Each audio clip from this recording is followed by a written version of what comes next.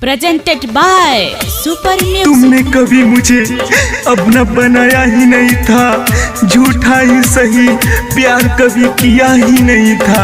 गलती मैं अपना मान भी जाता, मगर क्या कसूर था मुझे कभी बताया ही नहीं था, मुझे कभी बताया ही नहीं था। जिंदगी में ना रहलू, ऐसे धोखा देहलू।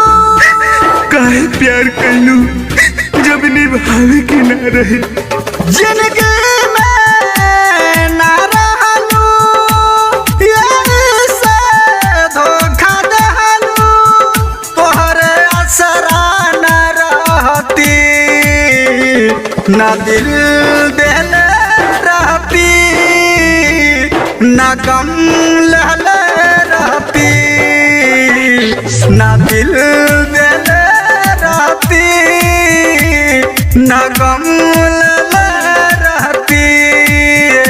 जान प्यार करके क्योंकि धोखा ऐसे ना दिया जाला। दिल से प्यार कैले रहनी, तुझसे दिल से प्यार कैले रहनी।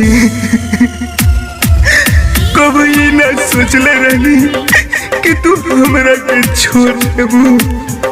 कभी ना सोचले रहनी, कभी ना सोचले रहनी।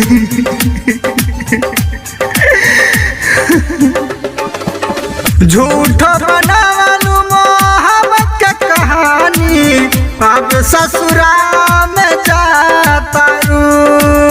लागल बताग बेवफाई करानी, तू नहीं बन को बुझातारू। कैसे बुझाई जब दिल से प्यार कैले ही ना रहलू। कैसे झूठ बनावलू मोहब्बत के कहानी, अब ससुरा में जातारू। लागल बताग बेवफाई करानी, तू नहीं बन को बुझातारू। हाल पूछ तू तबे न कहती, ना दिल देले रहती, ना गम लेले रहती, ना प्यार कैले रहती, ना जिंदगी में हम रोती। अरे कैसे लोग होला जब प्यार करके बदल जाला। हमरा डिक्शनरी में ये नहीं खे जान। तू कैसे बदल गलू ये कभी सोच ना सकत रहनी।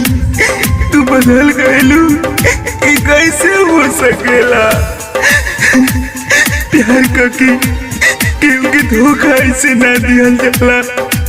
दिल से प्यार कैले रहनी तुझसे। वीरेंद्र बेदार दीदाराद लगी है, तब नहीं तोहरा बुझाई सनम। तोहरा प्रीत में राह भुलाई, तुर देन सारा ले हल कसम। सच्चा प्यार कैले रहनी तुझसे, सच्चा प्यार। वीरेंद्र बेदार दीदाराद लगी है, तब नहीं तोहरा बुझाई सनम। तोहरा प्रीत में राह भुलाई, तुर देन सारा ले हल कसम। प्यार कैले जो तू रहतू, ना दिल में हम रखती, ना गम में हम पड़ती। जान ना छोड़ के तू जैतू, ना जिंदगी में हम रोती।